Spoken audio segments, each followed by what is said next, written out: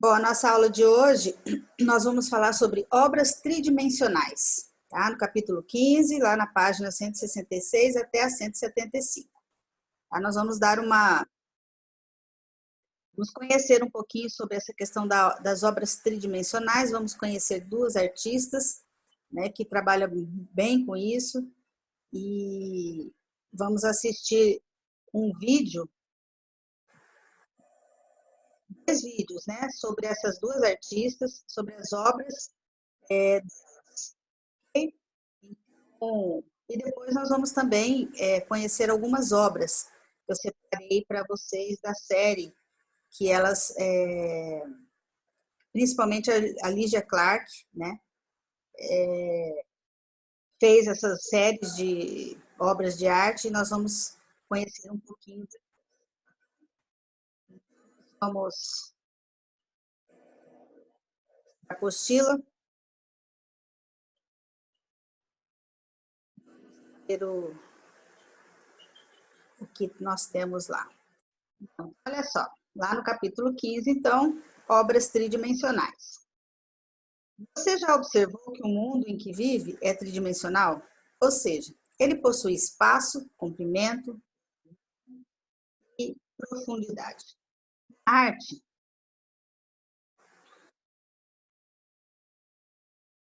desculpa, gente, toda vez que eu vou aumentar a tela aqui eu faço errado, mas tá, vamos lá. Na arte, as construções tridimensionais, elas são exploradas tradicionalmente nas esculturas, mas também em criações com diferentes suportes, materiais e procedimentos. A escultura a seguir,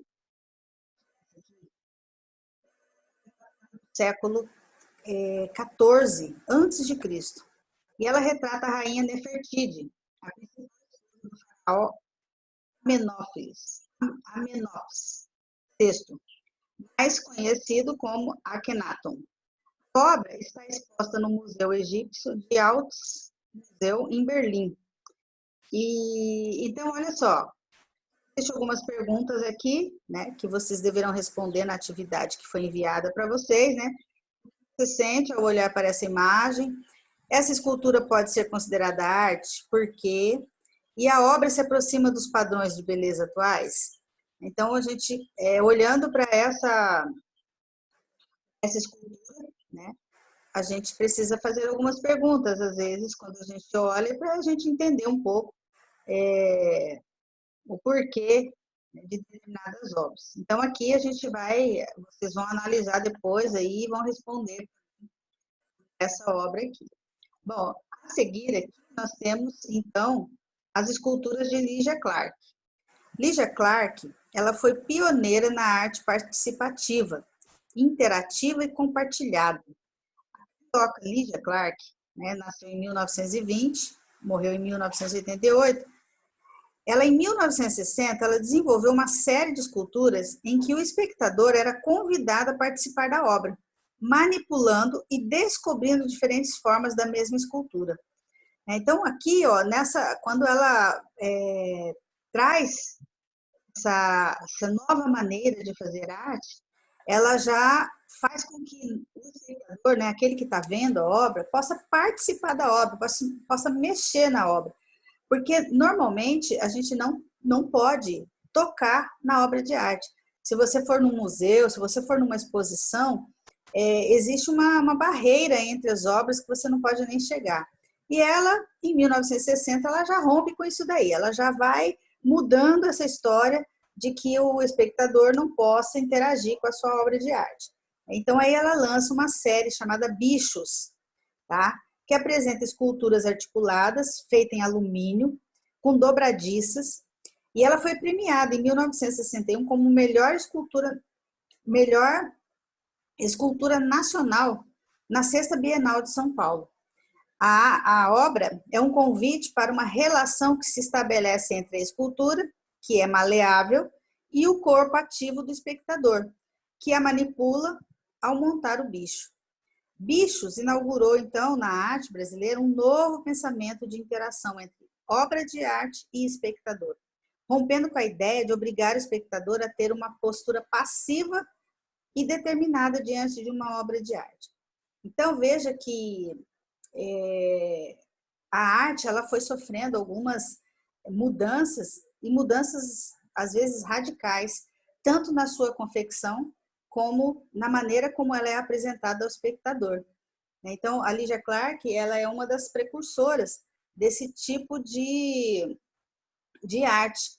Então, já vai aí rompendo também até a maneira de representação, porque é uma série chamada Bichos, e você não tem uma figura real, né, de bichos, mas sim a intenção. Então, essas rupturas elas foram acontecendo na arte, principalmente porque os artistas já não queriam mais aquela arte convencional, né, que todo artista tinha que fazer.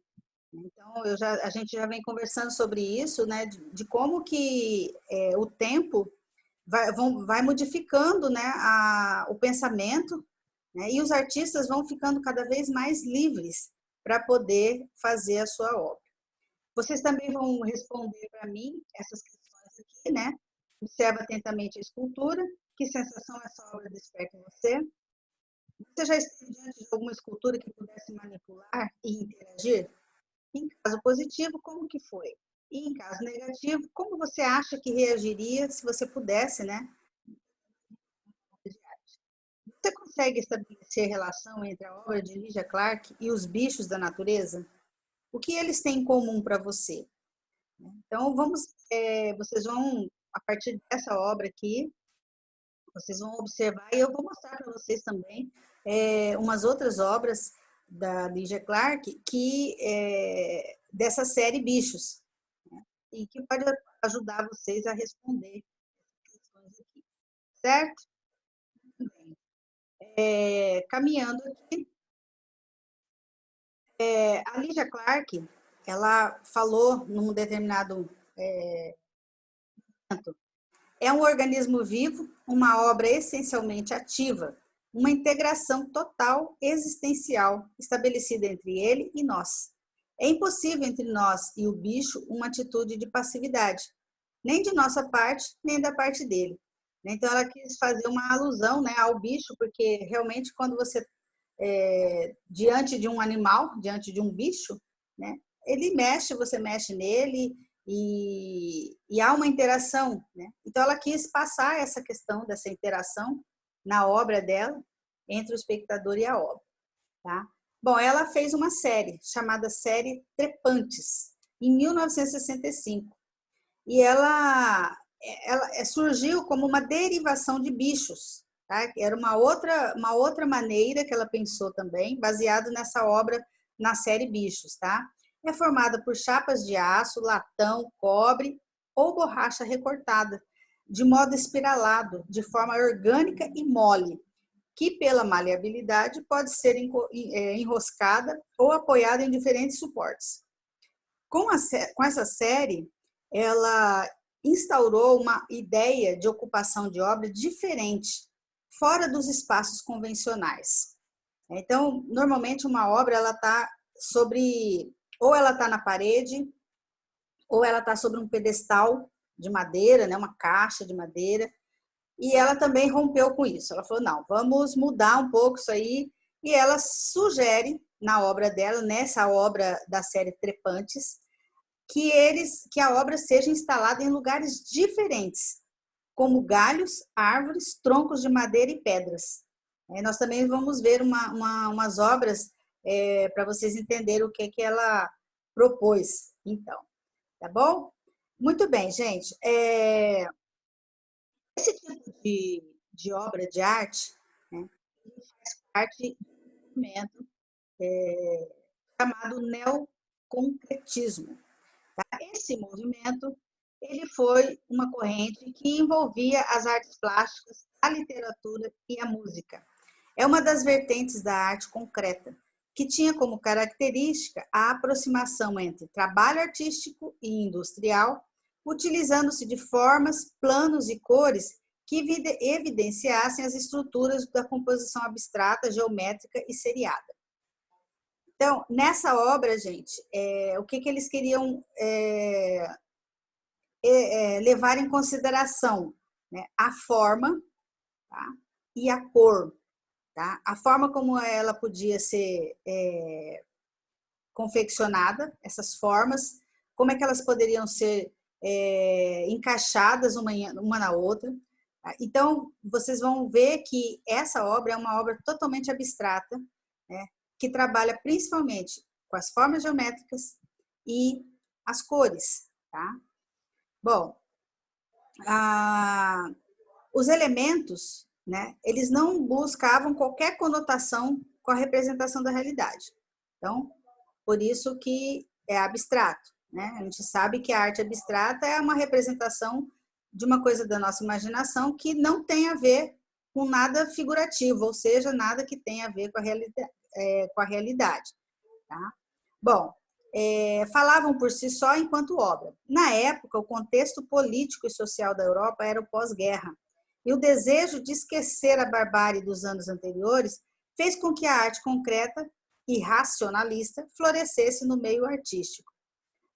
Então, assim, pós-guerra, todo mundo muito assim machucado pelos acontecimentos. Então, eles vão romper, né? E não tem nada romântico nisso, então, não tem nada assim que mexe com a emoção, não. Era uma coisa concreta, uma coisa real, uma coisa assim que não tinha nada a ver com sentimento, né? Então, no Brasil, esse interesse começou a surgir a partir de 1940 e atingiu seu ápice na década de 50, com os artistas do Grupo Frente, no Rio de Janeiro, e do Grupo Ruptura, em São Paulo. Bom, o Grupo Frente, ele teve como principais representantes nas artes visuais Lígia Clark, Hélio Oiticica e Lígia Pape. Eles criticavam o racionalismo, a objetividade e o dogmatismo geométrico dos concretistas paulistas.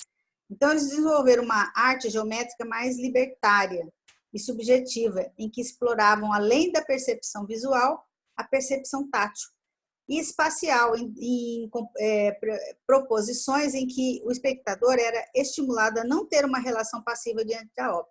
Então, veja que, nesse movimento, os artistas, eles trabalham com as formas rígidas, né? As formas geométricas de formas rígidas, e aí esse grupo Frente, né, que tem a Lígia Clark como uma das representantes, propõe, então, uma coisa um pouco menos radical, né? Então, por isso que eles criticavam o racionalismo, a objetividade e o dogmatismo geométrico. Então, eles propõem o quê? Aquela obra em que o espectador pode interagir com essa obra, né? Tanto através da percepção visual como através da percepção tátil. Tá? Então, o espectador ele é estimulado a não ter uma relação passiva diante da obra. Tá? Bom, eles rejeitavam a pintura modernista brasileira e o caráter figurativo e nacionalista. Então, veja que também eles romperam com essa coisa do figurativo. Então, para eles, o abstrato, né, essas formas, eram mais importantes, eram mais evidenciadas. Já o grupo Ruptura, de São Paulo, ele se opunha a toda a arte que havia sido feita no Brasil até então. É meio radical isso, né? Mas é um grupo que falou, não, tudo que foi feito até agora para a gente não está muito bom, não, vamos fazer outra coisa, né? E mesmo sendo a figurativa e abstrata, né? Que apesar de distorcer os elementos, ainda se baseava na realidade. Então, eles queriam fugir totalmente da realidade nas obras deles. Então, para eles, era necessário uma nova forma de arte que pensasse e agisse de acordo com a realidade da sociedade contemporânea e industrial. Discutiam sobre arte, arquitetura, design, área nova no Brasil na época. Tá? A ideia do grupo era organizar um projeto de reforma para a cultura brasileira. Eles queriam ampliar a esfera de atuação dos artistas, pensando e melhorando o ambiente urbano, modernizando o meio cultural brasileiro e principalmente socializando as artes e a cultura. Uma outra coisa aqui também, assim, é que eles queriam que as pessoas todas tivessem acesso a algumas obras. Então, por isso, algumas obras elas foram colocadas em lugares diferentes, fora dos ateliês, fora dos museus. Então, para que houvesse mesmo uma interação, em que todo mundo pudesse experimentar, né, esse tipo de obra. Bom, eles acreditavam que a forma era o principal elemento da arte, em detrimento do conteúdo. Então, viu que, repetindo aqui, para eles o importante era a forma. Tá? Então, eles não queriam saber se essa forma tinha a ver com alguma coisa ou se ela tinha relação com alguém, com alguma coisa, nada. Eles romperam totalmente com isso, nada de figurativo. Né? Então, eles queriam uma arte absolutamente abstrata e geométrica, tá? E muitas vezes rígida. Tá? E alguns artistas aqui, Geraldo de Barros, Luiz Saciloto, Ermelindo Fiamighi e Judite Lawande. São artistas que fizeram parte desse grupo aí. Certo, pessoal? Muito bem. Aqui nós temos um exemplo, né, uma obra, é uma pintura sobre madeira, só que vocês observarem bem na imagem, ela não está na parede. São placas de madeira pintadas, geométricas, né? São placas de formas geométricas diferentes e elas estão suspensas, né, no ar. Aí ainda causa um certo movimento, né, por conta do vento, né, do movimento das pessoas quando está olhando. Então, é nisso aqui que eles queriam, é uma coisa totalmente diferente do que até então era feito. Muito bem, seguindo aqui, nós vamos ver uma obra que são as criações em ambientes. Essas criações em ambientes, normalmente elas pedem a participação do espectador também. E elas são montadas, né? A gente chama de instalações, são montadas em diferentes lugares e convido o espectador a participar da obra. Não sei se vocês lembram, nós estudamos há há umas aulas atrás, estamos uma obra em que a pessoa pode entrar, né, e participar ali daquela obra, sentindo os fios que são pendurados e participando da obra. E essa obra aqui, nós vamos assistir o vídeo que eu falei para vocês, dessa artista que fez essa obra aqui. E uma coisa bem interessante, o tanto de pessoas passando por ela, os efeitos que essa obra causa. Né? Bom, a gente vai falar então dessa obra, que é uma instalação chamada efêmera. Por que é efêmera, né? Aqui, ó, a arte efêmera é um conceito utilizado para denominar obras que podem mudar com o tempo. Ela nega a ideia de duração dos objetos artísticos. Um quadro, por exemplo, permanece existindo depois de ser pintado há muito, muito tempo, né? Já a arte efêmera, ela só existe durante o período em que ela é realizada pelo artista. Então, geralmente, essas instalações, principalmente as que são feitas, elas sofrem, né, a reação, né, do tempo, né, a ação do tempo. Então, por isso é efêmera, porque ela dura pouco. Tá? Ela dura o tempo que é necessário para que as pessoas possam conhecer. E essa obra que a gente viu aqui nessa página foi chamada pela artista de fantasmagoria, porque ela tinha essas, quando ela foi filmando, né, nós vamos ver no vídeo, dá uma sensação assim de meio que para ela, né, de fantasmas passando, na visão dela. Né? Então, essa artista chamada Edith Derdick, é uma residência artística no Jardim de Escultura La Petite Scalerie, que é na região sudoeste da França. Ela passou 3 semanas no local, elaborando e realizando a obra, em junho de 2017. Essa obra ela teve duração de 10 meses. Durante esse período, a obra sofreu alterações do tempo devido a fenômenos naturais. A presença de insetos e o crescimento das árvores, que também fazia parte da instalação.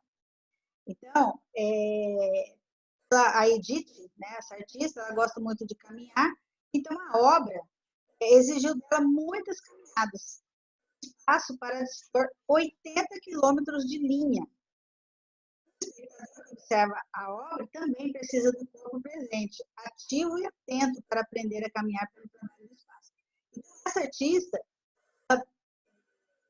trabalha muito com a questão da linha. No vídeo vocês vão entender essa questão da linha. Essa obra aqui, as pessoas, elas agiam, né? Elas passavam pela obra, andavam por dentro da obra, e aí, assim, cada um tem uma experiência, né? A partir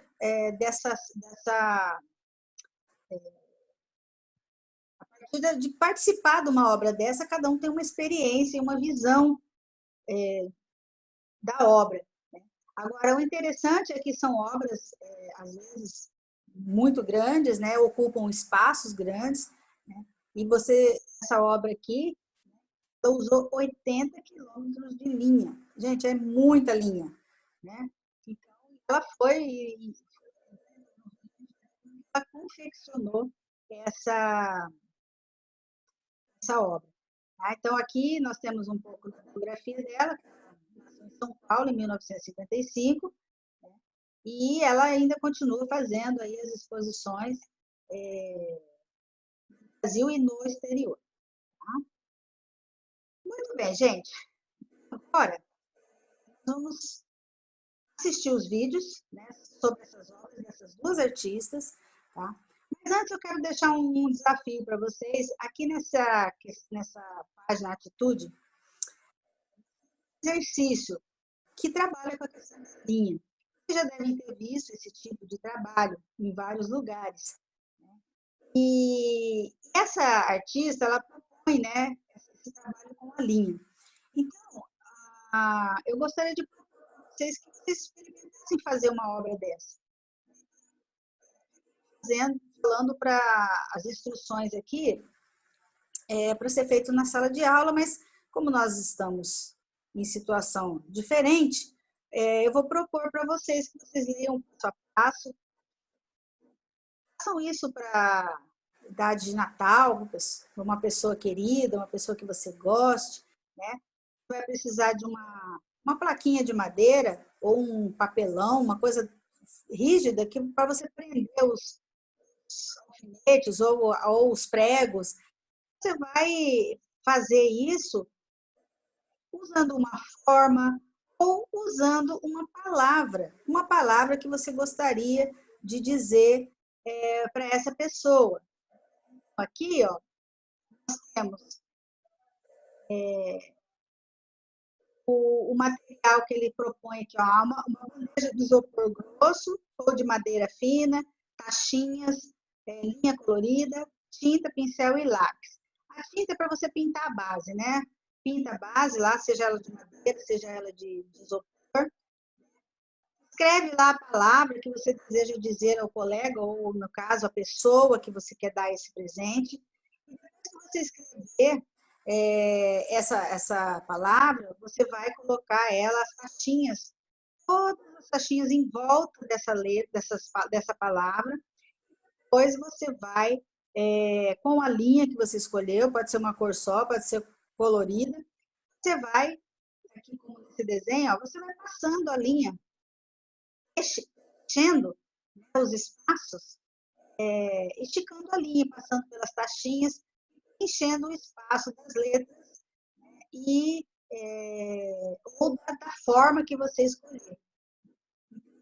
Uma maneira interessante de você fazer um presente para alguém. Então, estou desafiando vocês aqui, tá? Só essa outra imagem aqui, ó. Você põe os alfinetes aqui, os preguinhos, né? E vai passando as linhas do seu espaço. Então nós vamos agora assistir os vídeos, né, e olhar lá as obras da Lygia Clark. Então, só, como a gente viu lá na nossa apostila, a Lygia Clark, né, fez uma série chamada Trepantes. Qual que é a questão dessa obra?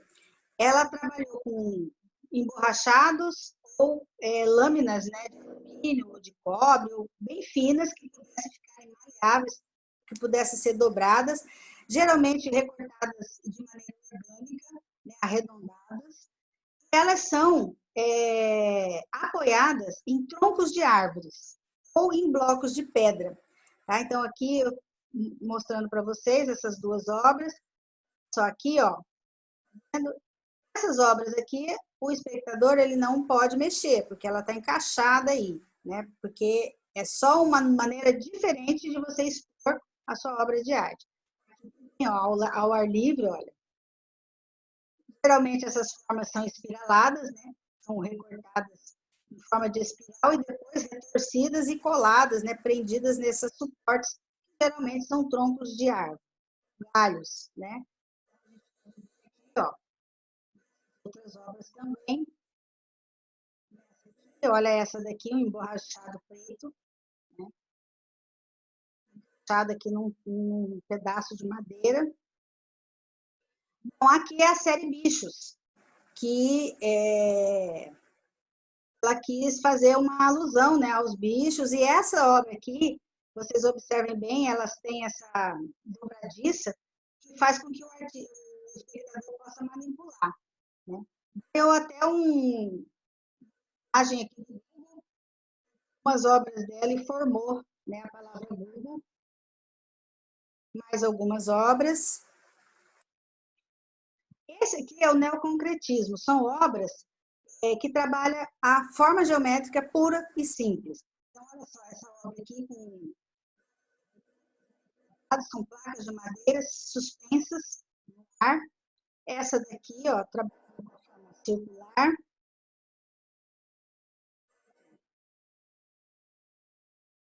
Você chegar num lugar e olhar isso aqui, você nem pensa que isso aqui é uma obra de arte, mas ela é uma obra de arte. Aqui também, né, num estilo meio Lygia Clark, né? Outra, colocada em espaço ao ar livre, tá vendo? Na entrada de prédios, né, em praças. Possam, e mesmo assim, você vê que é uma obra que a pessoa pode passar, né, por baixo, né, tirar foto de vários ângulos. Cada ângulo que você olhar, você tem uma forma diferente, uma obra diferente, né? Mais umas duas aqui.